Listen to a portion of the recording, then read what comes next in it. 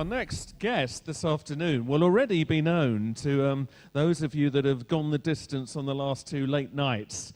And if you've seen, I'm going to be very delicate here, the FKN News, boom, boom, you will have seen a real tour de force performance down there in the cabaret room with Mr. Deek Jackson in full flow. But there is another side to Deek because, yes, he's a musician, he's a comedian, he's all of those things, but he's also a politician and, very interested to learn in the program, once an MOD weapons engineer. Ooh. So, but what I think is going to be very interesting today is that Deek has founded a political party. He even stood against, or is standing against, Gordon Brown, I do believe. So that's worth a clap, isn't it? So we're going to learn more today about the Landless Peasant Party. And we're going to find out just how little or how much freedom we do or don't have in this country. So please, a massive round of applause for Deek Jackson. Thank you. Hello, my name's Deek Jackson, and I'm a landless peasant. You probably are too, unless there's any members of the aristocracy or the royal family here. Your Majesty? Anyone? No? Okay. We're all landless peasants, something which I hope will become clear by the time we've finished today. In fact, unless you are one of the 6,000 people who own 70% of Britain, you are certainly a landless peasant. Unless you own your house and enough land for your barbecue. I don't mean that kind of landlessness, obviously. I am standing against Gordon Brown in the forthcoming general election as leader of the Landless Peasant Party. Thank you.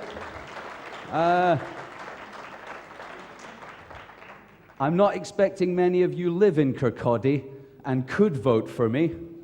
But so this is in some part to do with the campaign and campaigning for votes. But more than that, I should warn you now, this is a fundraising opportunity for the Landless Peasant Party, and you can realistically expect me to hit you up for some donations, or at least joining the party later in the talk.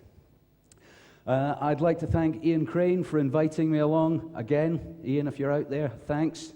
And I'd like to thank you all for coming to listen. And I'd like to thank Webmaster Sauce, who did the graphics for the Landless Peasant Party, and many other things. Hello, Landless Peasants. I am Deek Jackson. If you don't know me from the fucking news, I'd like to just introduce myself a little more. I was born in Scotland, in Dunfermline, where I've lived most of my life. When I left school, I did serve an engineering apprenticeship with the Ministry of Defence and became subsequently a weapons engineer for them. When I left that, happily, I went on to playing in bands around Britain and in Europe. Then I went to college, I studied television production.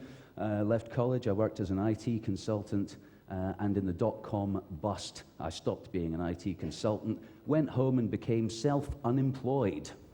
A happy state of affairs for me. Independently poor, I exist by doing the odd video for people and the odd website. And I make the fucking news. I make no apology for calling it the fucking news. If you're offended by swearing, I suggest you take a look at the news and the world around us, just for a little perspective on what you might be offended by. Perhaps I can show you this. Not that. Perhaps I can't. Okay, and so the fucking news deals with, it's a satirical news show, and it deals with contemporary events that affect all of us, hopefully in a way which provokes laughter instead of anger, which is what I feel. I feel angry, but I'm laughing. Ha ha ha, isn't it great? We're all oppressed slaves. It's so funny. Oh, ho, ho. Join me next week. We'll laugh about it some more. As a result of so many years, 4 years now of doing the fucking news, I started the Landless Peasant Party because I'm tired of hearing about the problem. I've got enough information about what's wrong. Isn't it time we moved on? Can't we do something practical and useful about what's wrong? The Landless Peasant Party exists. Okay, it's a funny name, it's a pejorative. It provokes thought, hopefully discussion, but it also demonstrates our freedom. Temporary as they may be, we, unlike people in China or Russia or other places, we have the freedom to start political parties. We still enjoy freedom of association, and I suggest we make the most of it while we still can. It's for us to change the world into the world we would like, and to do practical and useful things for ourselves. And the root, I believe, and I hope to demonstrate, the root of our problems and the problem of landless peasants all over the world is landlessness. Landlessness causes our oppression, our poverty, and politics is the solution to that. It's not violent revolution, it's not more information, it's politics. That's the solution. It's doing things. It's actions that speak louder than words. It's getting involved. And politics is the solution to all of the problems we face in our land and around the world.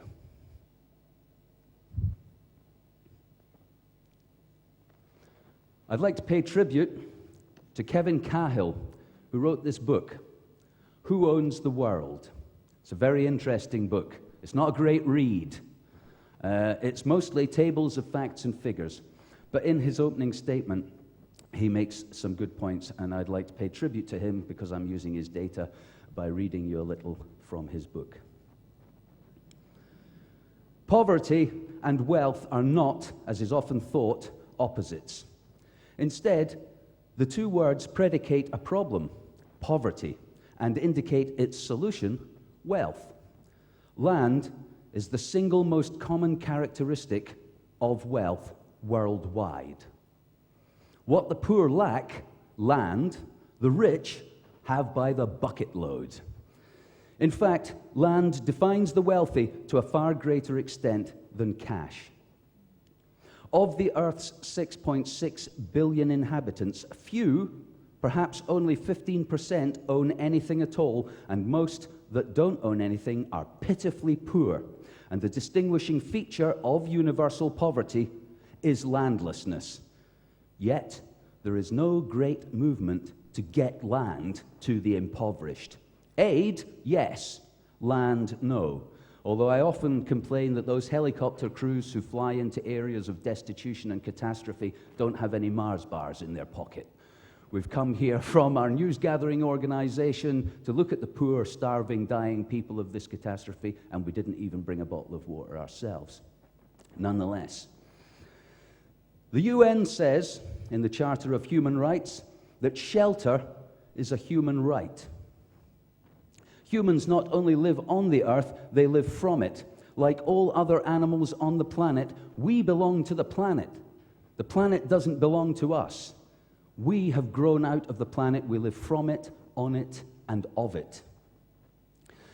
We owe our very existence. We don't live from Tesco or Asda. We're not sustained by economic growth or low inflation. We need air, without which we'll be dead in 3 minutes.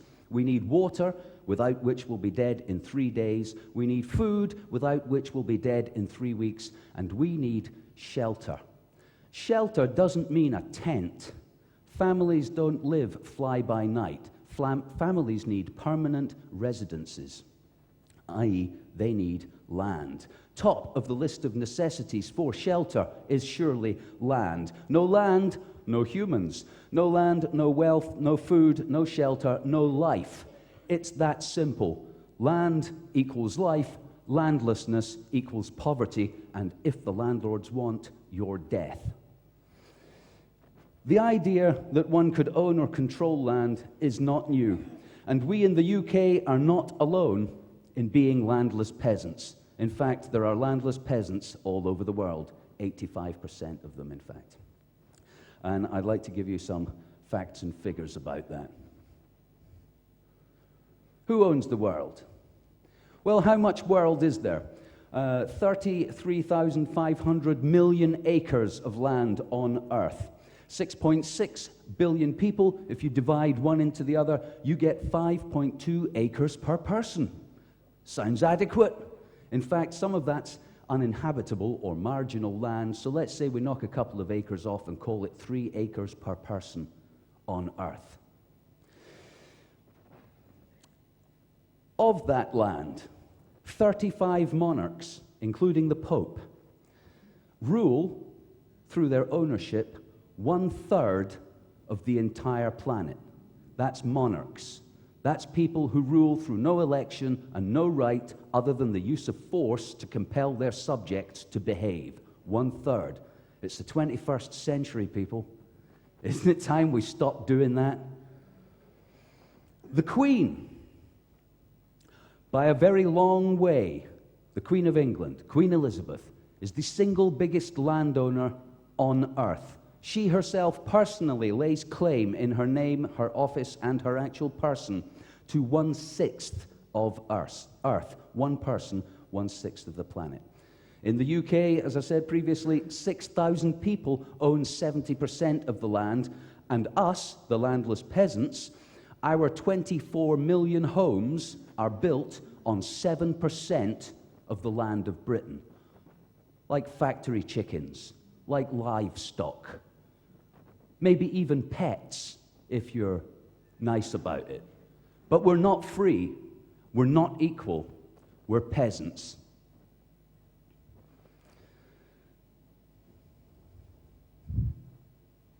Now, we ought to know we were peasants from 2 minutes in a history book. Really, just look back, just briefly recall for yourselves what they say is the history of our country and other countries. It's a history of oppression, force, and exploitation. The bold, broad truth of our lives. And I'll just run you through, not the whole world's history of landlessness and exploitation, but because we're the Landless Peasant Party UK, a little history of Britain. Starting from 1066. I'm not saying before 1066 there weren't problems and people didn't suffer, but it was a seminal event. In 1066, the Normans invaded Britain, and as we all know, it was very successful. William the Conqueror came to the throne, and the first thing he did, once his rule was assured, was collate the Doomsday Book. Nice name. You can see that on the bestsellers list.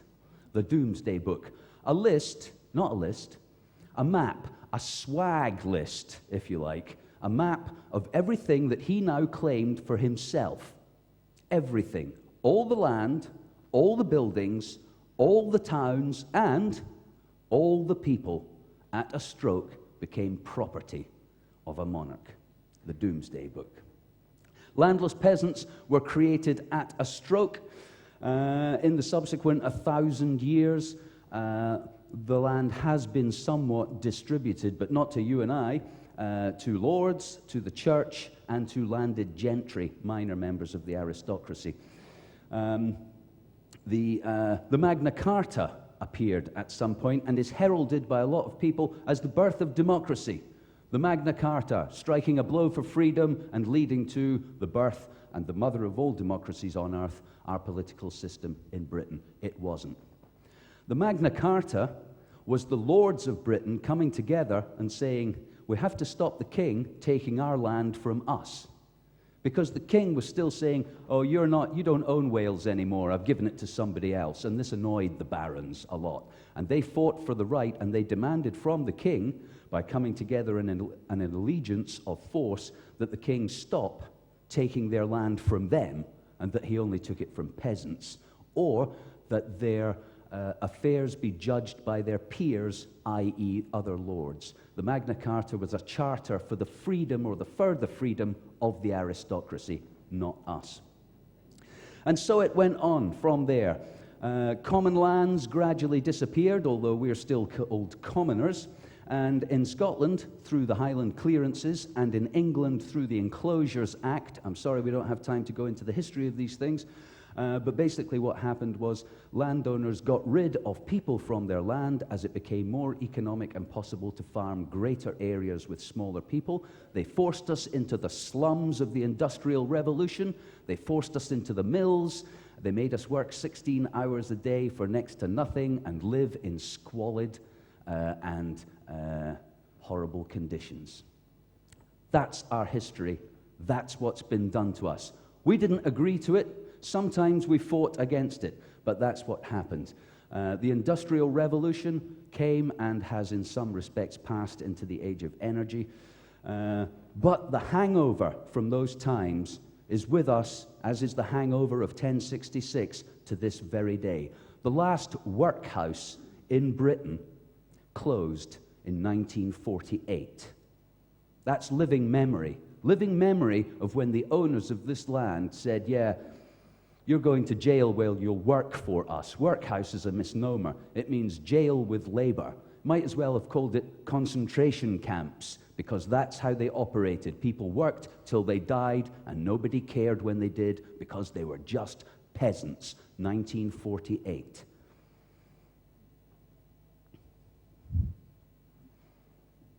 We used to know we were peasants. Nobody was in any doubt that we were peasants. People knew their place, and they knew who was in charge. And they knew that because they were constantly reminded of it. It used to be the case you had to stand up for the Queen's tune. When did we think we were free? Was it when, they shut the workhouse? Now we're free. Oh, we don't have to stand up for the Queen's song anymore. Now we're free. But you still have to go to work. You've still got no land. You still have to pay taxes. You still have no right to the very thing that you need for life. How did we forget we were peasants? Well, I guess we forgot because, as John Prescott once famously said, we're all middle class now. In fact, I've got a couple of Jags. We're not all middle class. We're all comfortable. We've reached a level where we've compromised what we are for what we have. Yeah? All the latest stuff. Central heating, food in the shops, money in the bank, sport on television, clean drinking water straight to your little gerbil cage, which they come out and they conveniently take the rubbish away from your cage. When they come and collect your rubbish, that's not a service. That's your masters cleaning your cage out. That's what that is.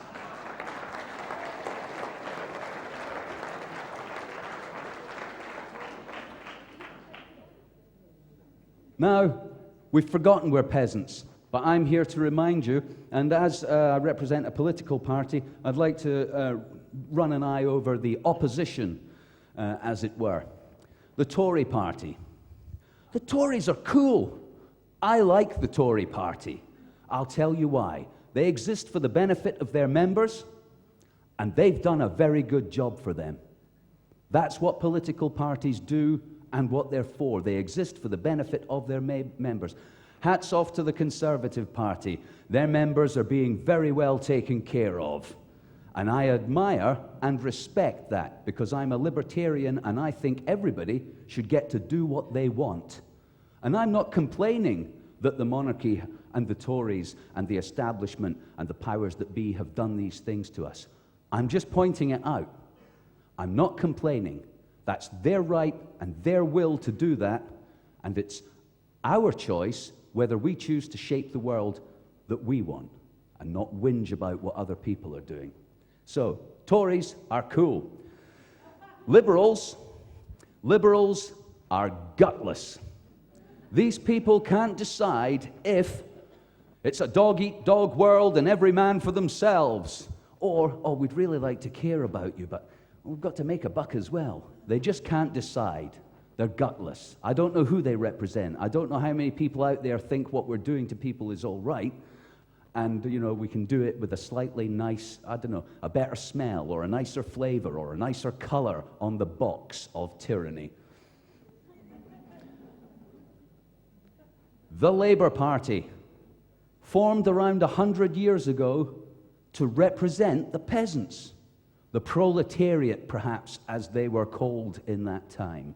The mass of people from who the few take all the wealth.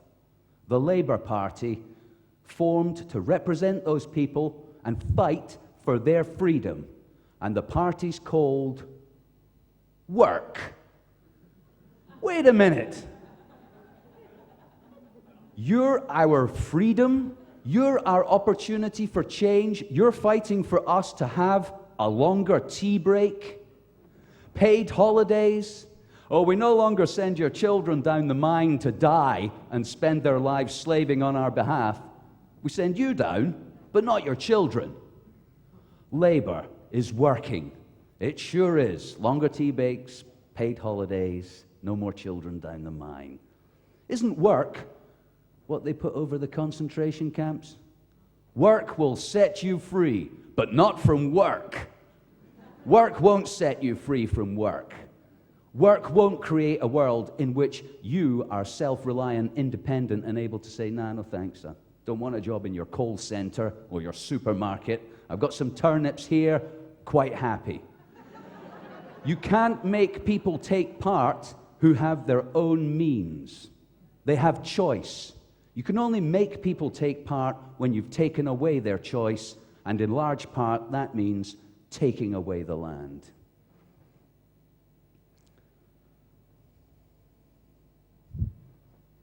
And so, the Landless Peasant Party. Peasant actually means one who lives in the country, which it no longer does. Most of the people in this country are urban. And in fact, most of the people in most of the industrialized world are now urban. But I maintain that they are still landless peasants, even though they don't live off the land. Peasant's not a nasty word. People think, oh, peasant, doesn't that, that means sort of scum or something? No, peasant doesn't mean scum. Aristocracy means scum. Peasant means people. Peasant describes how you live from the land. The Landless Peasant Party, like all other parties, exists for the benefit of its members, represents the views and aspirations of landless peasants inside and outside politics. Because we're not against what other people are doing, and we don't think that simply trying to get elected is practical and useful. In fact, we have a dual strategy, which is this. Landless peasants, members of the party, will pool their resources and buy land. We're allowed to do that. You don't need to become elected to combine with other people, form a community, buy land, and sustain yourselves. There are no barriers to that activity except the amount of people that you can persuade to join you and take part in that. And yes, we want to become elected because obviously if we were in power, getting land would be that much easier. And so,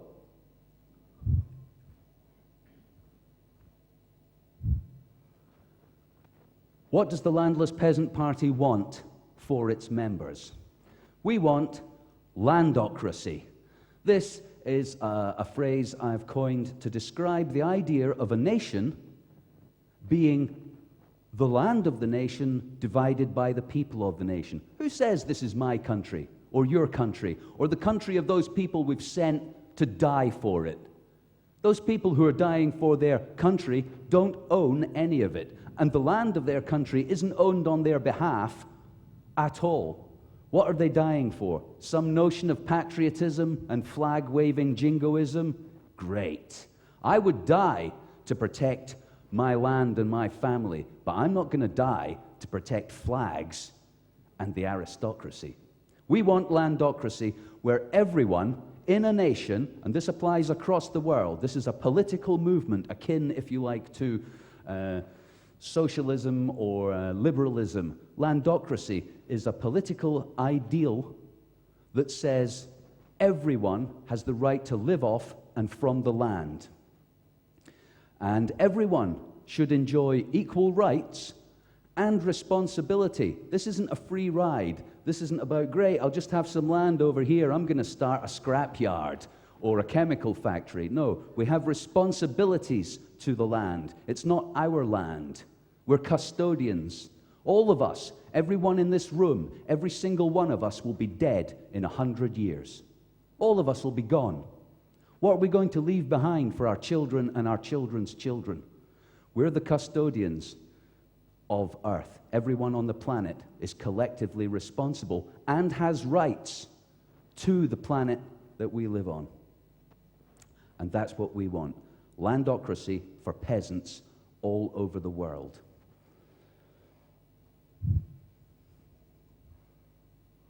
Okay, I'm sure you've been expecting it. So here it is. During the election campaign, we will be putting forward the following policies. Every political party has to have policies. It's what people ask you when you say, we're a political party. Oh yeah, what are your policies? So I'd like to lay out our policies at least briefly for you. And later on, I hope we'll have some time for questions. And I know sometimes we get to the questions point of a talk and there aren't any, but if you're listening to what I'm saying and you've got any questions, make a mental note. There'll be an opportunity for questions later. And I will enjoy the discourse because we're not perfectly formed as a party. I make no claim to have all the answers or to be a panacea for everything. We're an emerging phenomena, and the questions that get asked may reveal things of interest. So bear that in mind. The centerpiece of the landless peasants' policies is the single land tax as proposed by Henry George. And I'll explain this a bit. It's the idea that all land is taxed at a uniform flat rate. Call it a rent, if you like, but it's the same thing. Basically, for every unit of land there is in a country, it's from that you derive the income for the services of the country, to pay the nurses, the teachers, the firemen, the things we actually need. That's where we derive the income. Not from, and this will be a popular one, income tax, which we will abolish. We will abolish income tax because the money you make from your labors is surely yours. It's your life and your energy that you put into your work, and if you make something from it, if you choose to make nothing, then that should be yours. The single land tax will do something very important. Actually, it will do a number of important things. First of all, it will really piss off the landowners of this country. It really will. If you take a mathematician and say, this is how much land there is, this is how much money we need to spend on services, the amount of tax involved per acre, if you have 60,000 of them, will bankrupt you. Unless, of course, because we're not Pol Pot, the landless peasants are not against the aristocracy. We're simply for what we want, and that's what we want. We want land to be taxed. What it will do is it will force them to sell it. They'll be dumping their acres onto the first market in land, realistically, this country has ever seen. I know you can buy a house, and maybe you can buy a couple of acres somewhere. That's not a market in economic terms. A market is where the commodity in large and whole parts is available to the market, and the market forces dictate its value based upon how much people will pay for it. Obviously, land with a single land tax will become a liability. If you buy land, you will be liable for the tax on it. So, land will be cheap. Land will be very cheap because it will also be a liability. But there's good news for those of you thinking, well, that sucks. That sounds just like kind of what's happening already. You're going to take money from people because of what they've got or what they've done. Okay, it's unfortunate. We need the service industry. They've got to be paid for. This is, we think, the fairest way to pay for it. But we're going to grade the scale. And let me give you an example. If you live in your house with your piece of land, and you've installed a windmill and some solar panels, and you make your own energy, and you compost your toilet, and you collect your rainwater, and you don't use the national grid, and you grow your own food, you pay no tax. You have, in fact, done the world a favor. You have looked after yourself. You have reduced the pollution and destruction of our planet by taking care of your own needs, and you should be rewarded for that. Meanwhile, if you buy 50 acres and turn it into a brick factory or an aluminium smelting plant, your taxes will go up. You will be taxed for energy use and pollution. And then we will pay the real price for our consumer goods, which are made by destroying the planet. So, self-reliance, the Landless Peasant Party, its policy will be to make as many people as possible self-reliant, not self-sufficient. We don't expect that everybody will be able to completely fulfill all of their needs, but the more you look after yourself, the less tax you pay. Supply your own energy, collect your water, grow your food. We'll scrap Trident, and we'll use the money to install solar panels or windmills in every property in Britain. Yeah? And if you use energy beyond those means, we'll tax it. Because the solution to our energy problem is not finding another way to supply as much as we want. It's coming to terms with the fact that we need to actually use just enough. Just enough. That's the energy we need. Just enough.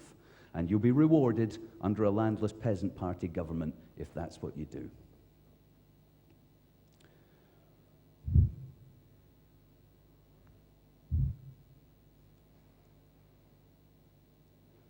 If you want something done, do it yourself. Never mind the politics. I'd like to describe for you a group of people called the Caravan Club. Many of you heard of the Caravan Club? Yep. The Caravan Club are beyond cool. The Caravan Club are an awesome example of the power of community and action in a small group of people. And the Landless Peasant Party admire the workings of the Caravan Club greatly. Let me tell you a little about them. The Caravan Club has 350,000 members in Britain. From them and the renting of space for caravans at their sites, they derive an income of £100 million every year. They have no debts. They owe no bank any money. In Britain, they own a caravan site in every 30 square miles of this country. Good on them. Here's a group of people who wanted to park their caravans somewhere. They didn't run for office. They didn't complain that it wasn't happening. They did it for themselves. They came together and said, do you like caravanning? Yeah, I like caravanning. Me too. Why don't we chip in? It doesn't cost much, really. Land in this country, even at the moment, isn't prohibitively expensive. £2,500 an acre would be like a top price. Obviously, urban and housing prices are different. 350,000 members, £1 million a year, caravan sites all over Britain. And some of them, and quite a lot of them actually, are some of the most beautiful parts of Britain. And if you've ever driven along the coast of Britain, you'll no doubt have come upon the sign, Caravan Club members only. Hats off to them. They know what they want. They know how to do it. And they've done it. So never mind politics. Many a mickle makes a muckle, as we say in Scotland. A little bit from a lot of people goes a long way. And that's part of the theme of the Landless Peasants. We don't want individuals to think that they're alone in the world and they have to be self-sufficient and self-reliant as themselves. We're talking about communities of people who support each other. Communities of people who put into their shared beliefs and values and shape the world the way they want instead of wasting their energy complaining about what other people want.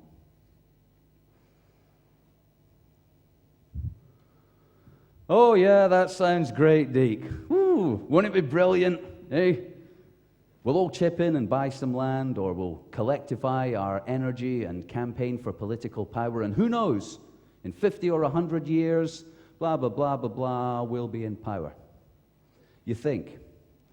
The barriers to democracy in this country are significant. Huge barriers. And the number one is finance. See, I told you I'd be hitting you up for a donation, okay?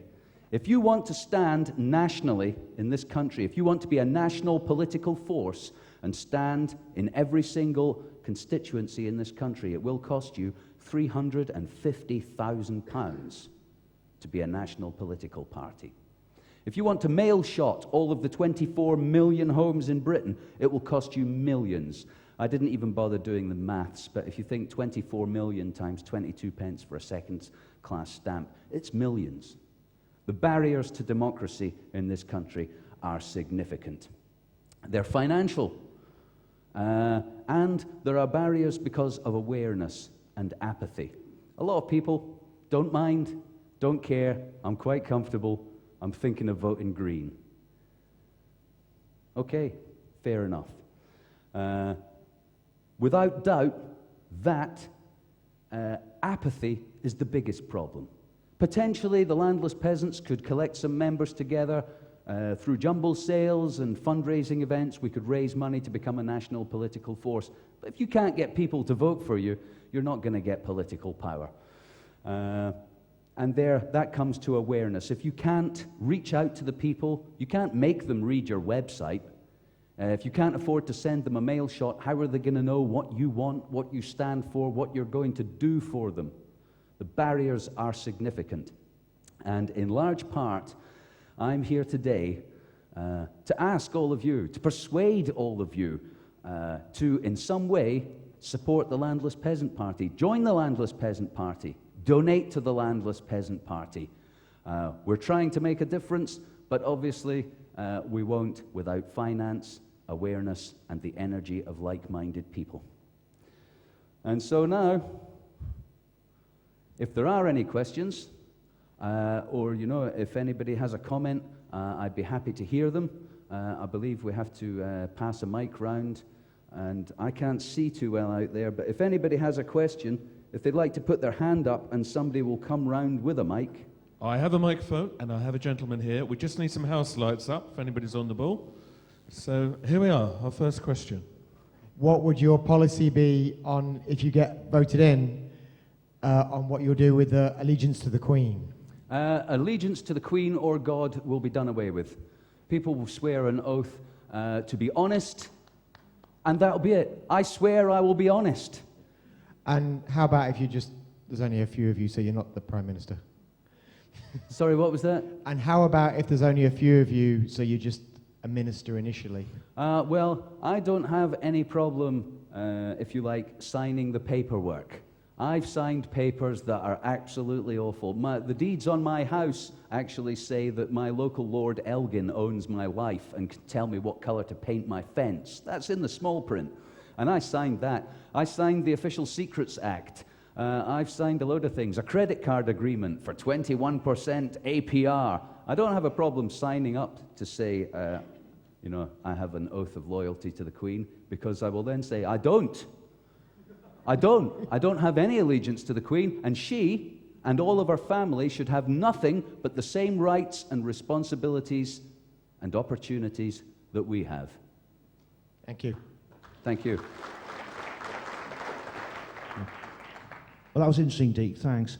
What's the Landless Peasants Party's position on industry in terms of maybe moving industry from big corporations into small local businesses like workers' cooperatives especially? I'm glad you asked, because I actually forgot in our policy list to mention our policy on business, so thanks for asking. We want to be in business with business, not for them. We will tax business at 50%, because we are the people they're making the money from. We're the people in the nation. You're a business. You want to do business in this nation. You're going to exploit the people of this nation for your profit. We agree to go along with that as partners, 50-50. We'll tax business, big business, at 50%.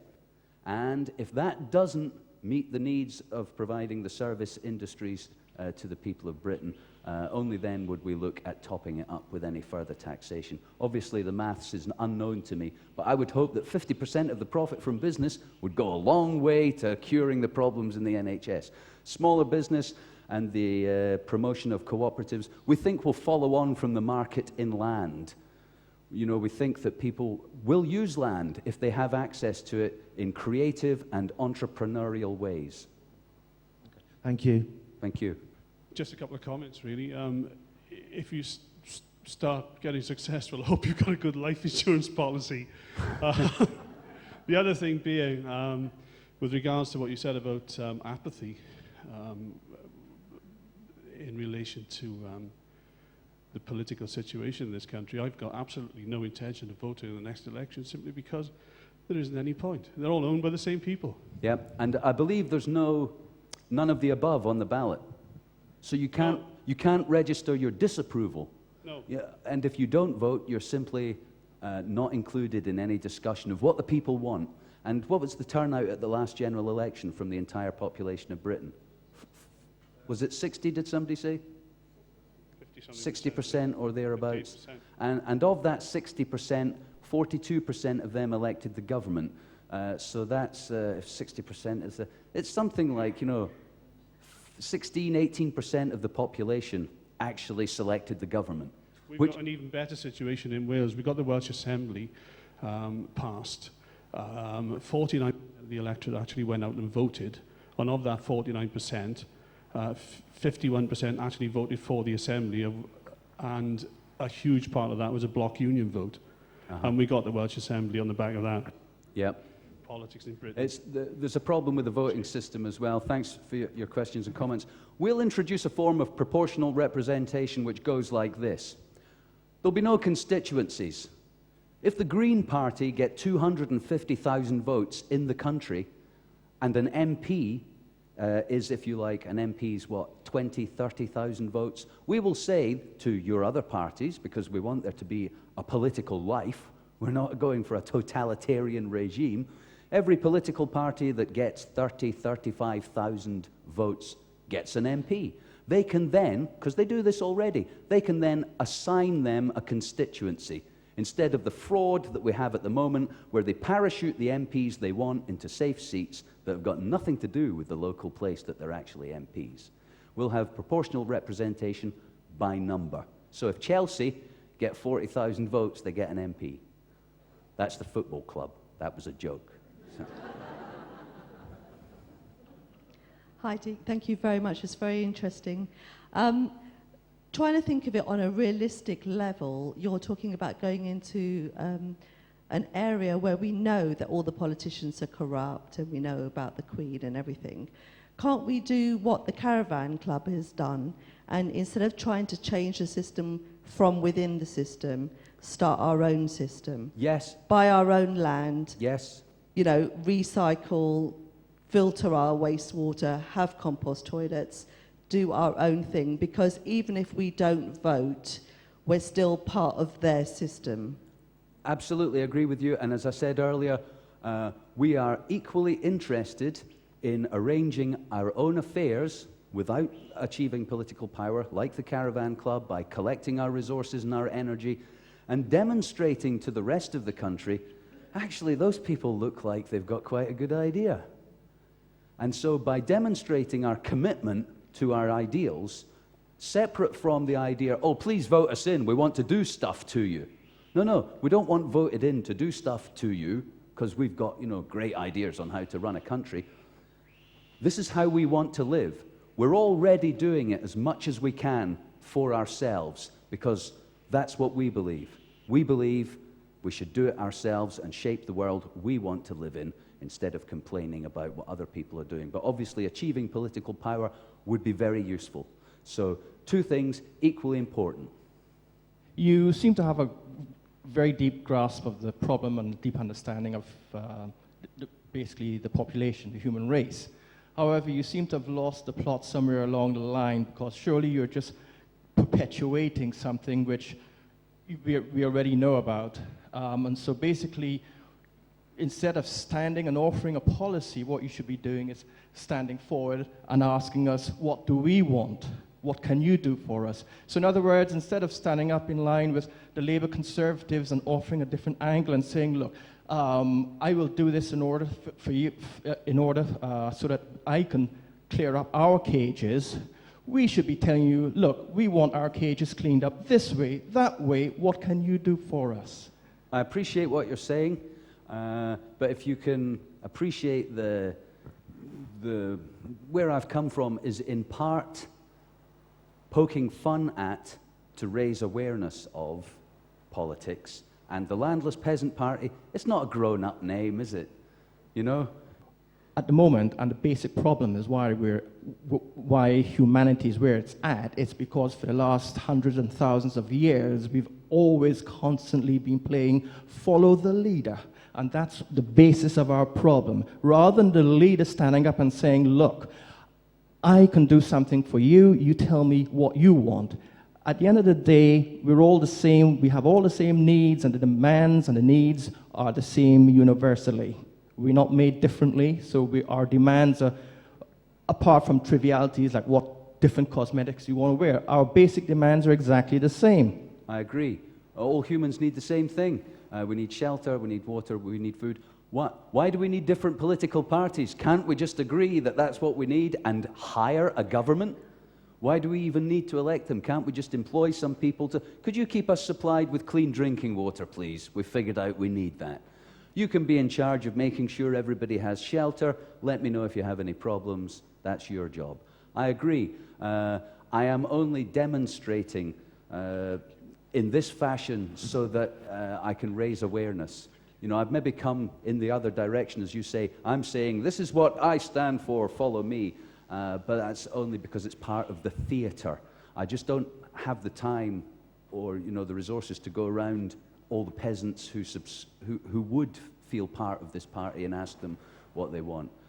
I've got a fundamental problem with some of your concepts. So we know that power corrupts. We've heard about it for the last 2 days.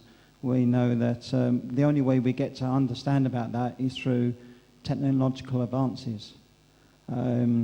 And for me, I think that some of the work that's done on technology, etc., is actually to the benefit of us being able to understand the agendas. Where do you stand on technology, and how would you invest in technology in the future? I like technology. I do. However, it's not the technology that gets us cheaper televisions. I like the big telescope in space technology. That's progress. iPods are not progress. People may want iPods, but we shouldn't dig up Africa for the aluminium to make them, because they're just a distraction from the real glory of existence. I'm for bigger telescopes in space.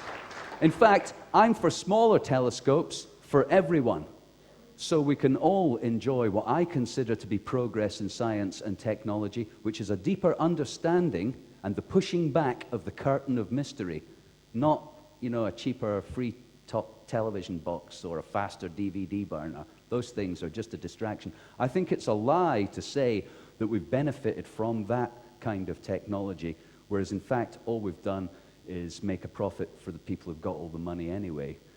We can make power, we can have light to read books, we can further our knowledge of the universe without iPods and, you know, Lexuses. Thanks. The next question. I think your party could very well connect with the free man on the land movement and lawful rebellion as well. And I mean, it's all about community and working together.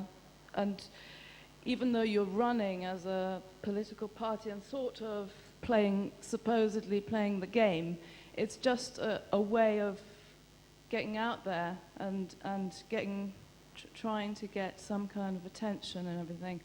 But you know, everything is possible, really. So, but it definitely connects in with the free man on the land movement, your ideas. There are overlapping areas of interest. I'm aware of the free man on the land movement. I think we're all free anyway. If you can live with the consequences of your actions, I don't believe there's anything stopping any of us doing anything at any time. In fact, I often propose to people that all of us do exactly what we want all of the time and say exactly what we want all of the time. And after saying that, some people say to me, "Oh, no, Deek, the world will be full of people going down the streets, machine gunning each other, smashing windows, stealing, murdering, and raping." Which I say, wow, is that what you want to do? I just want to play my guitar. The reason I want everybody to speak their mind and do what they want to do is because it'll be so much easier to see the nutters, won't it? We are all free, although I appreciate the free man movement is doing a lot to promote the idea of freedom. Okay, another question. Actually, it's a suggestion, because I disagree with your statement that there is no category, none of the above, on election papers. Is there? Because if you spoil your ballot paper, there are two consequences. One, they're actually counted. Two, all the candidates have to see them and agree that they're spoiled. Therefore, if you spoil a ballot paper politely, write a simple, not essay, no swearing, fortunately for you, and basically make a comment, all the candidates have to see it. So for places where you're not standing, if you encourage people, if they don't want any of the candidates to say they don't want, because I know that when the Conservative councillors last turned up at my door, which they haven't done for a while, I can't understand that, they were more afraid that people wouldn't vote in the council elections than would vote for the opposition. That is good practical information, and thank you for that. I like that idea. And if I may incorporate it in our campaign. Spoil your paper. Spoil the vote to make your vote. If you achieve power under the current political system, what would the state own or be in charge of, and what would remain in private hands? As far as possible, the state, I don't want a big state. I don't want big government. In fact, I want small government. I want the government to be so busy supplying us with clean drinking water, shelter, decent schools and hospitals that they can't give all of those press conferences. They should be busy. And I don't want the state to take on, and we're not about nationalizing the land, if that's something that, is of interest. We will tax the land and create a free market, and hopefully that leads to cheap land being plentifully available and people can freely choose whether they do or don't. We will, however, we will present people with the opportunity to apply for council land, like a council house. We're all familiar with the idea of a council house. Part of what we want is people to have the right and the opportunity to live on the land. And if they're poor, that shouldn't be a barrier to that. If you can't afford to buy land on the market and you apply to your local council, say, I'd like to live off the land, I'd like some council land. We'll make that available. And if applications exceed the land that's available, because the government owns quite a bit already, we will use compulsorily purchased land to give poor people council land. But no more or less, I think, than the current sort of politic uses it to build railways or so on. So we don't want to own the whole country. We want the people to have the right to own a part of the country, all of us. We want everyone to have the right. You don't have to take it. Maybe you want a job and you're quite happy paying a high tax, driving a car and having lots of energy. You should be free to do that. That's your right. But everyone else should be free to say, no, I don't want that. I want to grow turnips, have a windmill, and knit my own jumper. But what would happen about the transport networks and ports and those sorts of things? Well, as far as possible, we don't want to interfere with people's freedom, and that includes the freedom of business. We're going to tax them because we're their partners. We're going to go halfers on the profits. But I think at the moment I would characterize, not that we're ever going to be in power, but if we were, we would take a kind of hands-off till you do something wrong approach. And so business would be hopefully as free as we were to conduct its affairs. As a former soldier, how would you restructure the armed forces? Would you actually keep them or get rid of them? Defense and security. It is the case that in the real world we do need defense. And again, a bit like business, initially I couldn't see us, and at the moment I have no firm policy about restructuring. We're obviously an island nation, so we need a navy. We have certain commitments, which, a bit like other political parties, this is the political game. If we came to power, we would come to power saying, for our first term, we're going to honor all of our current commitments. And only, I think, by becoming the government can you get a clear picture of what they are and how you might be able to change them. I simply don't know enough about what we're doing to say how we would do it differently. But again, practically speaking, we need them. We need the Army, the Air Force, and the Navy. How we fund them and how they're used politically, I think, is important. They should be there to defend the people and the land, if you like, from you know, everything from natural catastrophe to invasion in the long term. But they shouldn't be like, you know, pieces on a chessboard for whoever it is comes along and decides to use them for their own, you know, hidden purposes. But we don't know enough about what they're doing. I can't really imagine what we would do until we knew what was being done. And just one other point as well. You mentioned something about the technology. Depending on people's research, surely the Tesla technology would be the kind of technology we should be using if it was actually available to us. Personally, I have a huge interest in, if you like, fringe science, or what could be called alternative science, non-orthodox science. And we would, in terms of science, I'm glad you asked that question, because at the moment, to fund scientific research, typically, you have to get somebody who wants to make money from your results. And that's a bad thing for science. Scientists need to inquire freely without the thought that somebody has to make money from what I'm going to research, or I won't be allowed to research it. I don't know if you're familiar with the electrolysis of hydrogen in internal combustion engines, but quite simply speaking, you can take the energy from your alternator, put it into a flask of water, produce hydrogen, put it in your engine, and burn it. This is not hocus pocus or mumbo jumbo. I assure you this is absolute. This is second-year physics at high school. Electric current through water, you get hydrogen, it burns. Your alternator's spinning all the time in your car. It can produce enough hydrogen to supplement your fuel by perhaps as much as 50%. Your car could be doing 60 miles a gallon tomorrow. Halfords could sell you the kit in a box for $29.99. But that ain't gonna happen. You seen that poster? Drive 5 miles less a week. 5 miles less? That's round the roundabout a couple of times. Thanks, Richard. My question is related to the last gentleman's question about defence. There are organisations in the past that have shared many of the policies of the Landless Peasants Parties. I'm thinking of the diggers in the pre-industrial country, and also the sort of the loose conglomeration of communities which were known as hippies. Now, the hippie community had a lot of very progressive lifestyles that echo a lot of what you are suggesting. But it was destroyed. It was wiped out in an act of genocide. There's no other word for it. At the Battle of the Beanfield in 1974, and many other acts of persecution by the government, who were terrified of the progressive kind of lifestyle these people were leading. You know, independent community, independent economies, independent banking currencies. Scary stuff. Yeah, and I think we need to be on our guard against what the Marxists call forces of reaction.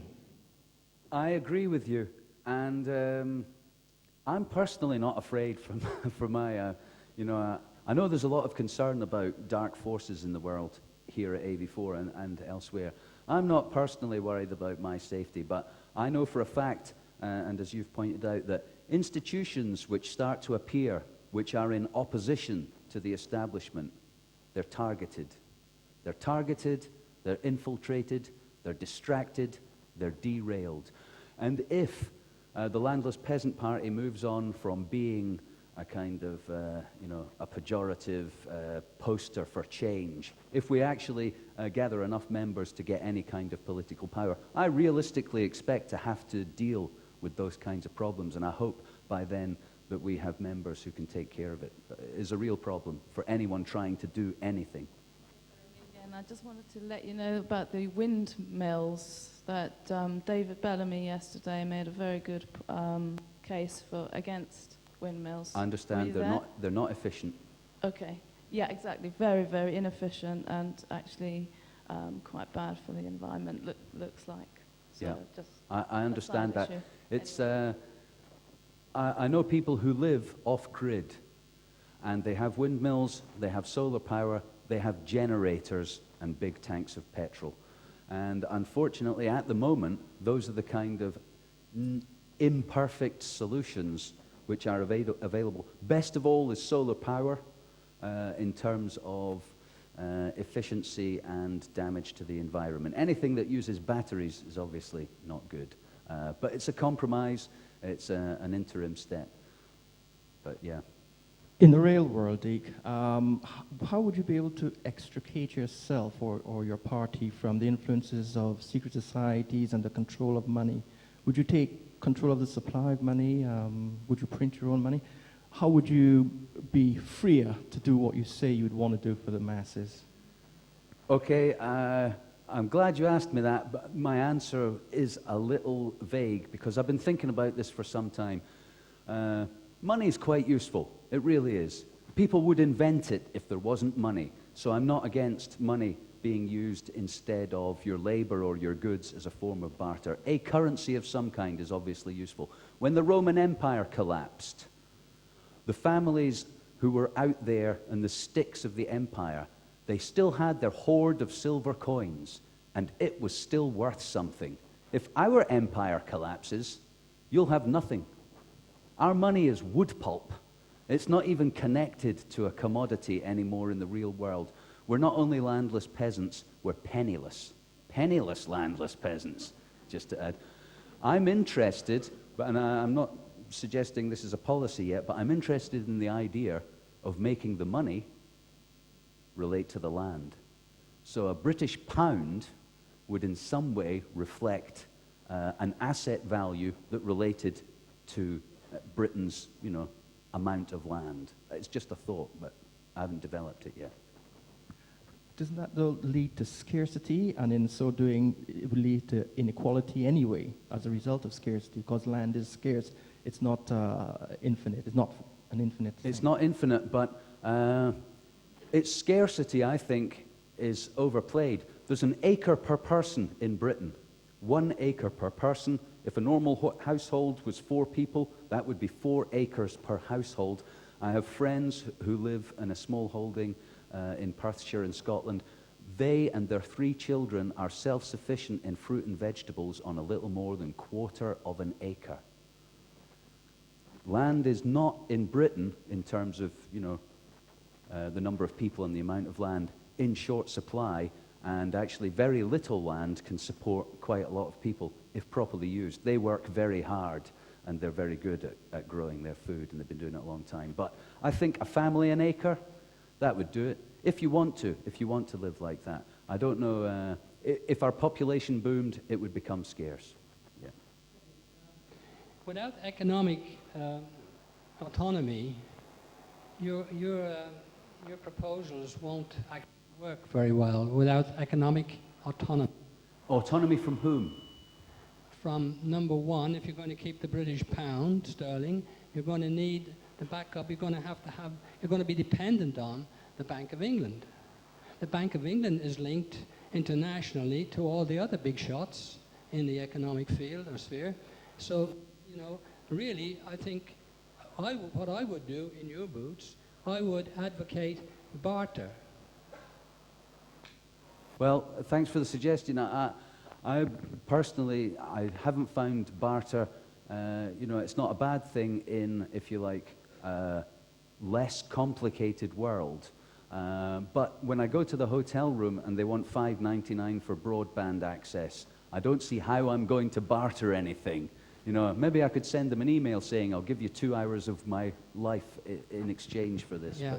Okay, that's great, Deek, but I think you're missing the point. What I'm trying to say is we don't really need a high-tech broadband or otherwise society. We don't need motor cars that run on petrol or on batteries, which are powered by the national grid or anything else. We go back to horse and carts. Well, I appreciate your view. I'm not a Luddite. I think we can have bicycles and electricity at a certain level, at a certain cost. And also, I'm not prescriptive. I don't want to say you can't do that anymore. We can all do whatever we want as long as it doesn't cause a murder. Okay. Okay. Right, Deek, you've got a few minutes. All right. Back to you. Some people say politics doesn't work. It's working on me in my life. I'm paying council tax. My son's going to a school where he's getting a rubbish education by teachers overpaid and underqualified to pump down his throat a curriculum cooked up by some mandarins in the Queen's holiday home. Politics works all right. And the people who are working politics love that people don't think it works. Because the longer we think politics doesn't work and that that's not the way to change the world, the longer they've got the spanner and you're the nut. Politics works all right. It's working on me and it's working on you. It's taking photographs of your cars speeding through the motorway and sending you a penalty.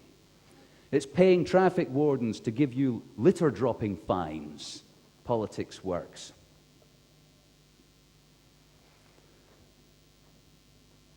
I believe, and this is a personal view, I believe what we need at this moment in Britain and around the world is a new political class. In Britain at the moment, only 2% of the population are members of a political party. Those are the people who are running our lives alternately. One of them gets in power, another one gets in power. They are a political class. By definition, they're involved in politics. They do things with politics to us, and they are the people who influence our lives. You can influence them at the election by choosing to vote or not vote for them, but they may lose the odd foot soldier here or there. But the political class continues. Just because, the Tories don't win this seat or that seat, or the Liberals get thrown out in Shetland, it doesn't matter. The political class that make up these groups of people carries on. It carries on doing it to us who aren't taking part. We, ladies and gentlemen, as a person much wiser than me once said, we are the masters that make the grass green. The world that we see is just the world that we see. If you see oppression and tyranny and inequality in the world, don't complain about it. It is the right of the people doing that to do their free will. The Bilderbergers, Common Purpose, the Masons, the Tories, hats off to them. They've done well for themselves. They serve their own interests and their own needs, and as long as we don't think we can do the same, and as long as we're busy saying, it's terrible that you're doing that, and not doing it for ourselves, the longer this will all continue. What we need today is a new political class. Join a political party. Doesn't matter which one. I don't mind if you join the Landless Peasant Party, but it would be good. Start a political party somewhere. Get involved. Form institutions and communities. Or join the Landless Peasant Party. Because we're doing it. And in the future, we might be doing it to you. Thanks. Deek Jackson, thank you very much. Thank you. You heard it here first.